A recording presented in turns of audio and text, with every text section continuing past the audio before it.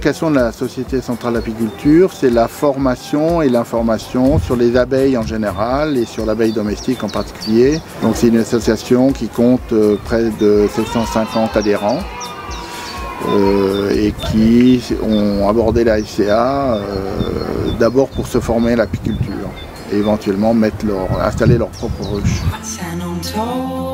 Cold sand and sleeping bags, I come to know that memories were the best things you ever had. The summer shorn, beat down on bonehead back, so far from home. C'est un rôle éducatif, bien sûr.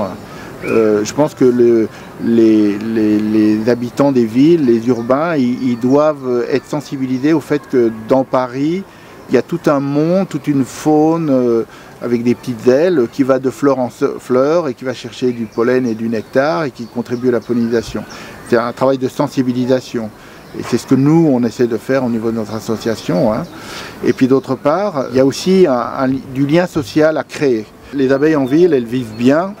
Et si vous augmentez la pression d'un pollinisateur, en l'occurrence de l'abeille domestique, sur une zone florale, vous risquez d'exercer une compétition trop importante vis-à-vis des autres abeilles sauvages. Aujourd'hui, on peut estimer entre 500 et 600 ruches à Paris. Il y a une contrainte vis-à-vis des voisins. La règle à Paris, c'est vous devez installer une ruche à au moins 5 mètres de votre voisin. La deuxième contrainte, si vous mettez ça en tant que privé, vous devez avoir l'accord de vos voisins et éventuellement du syndic. Vous devez être déclaré comme apiculteur et puis vous devez déclarer votre ruche et cette déclaration devra être faite tous les ans à la préfecture de police de Paris.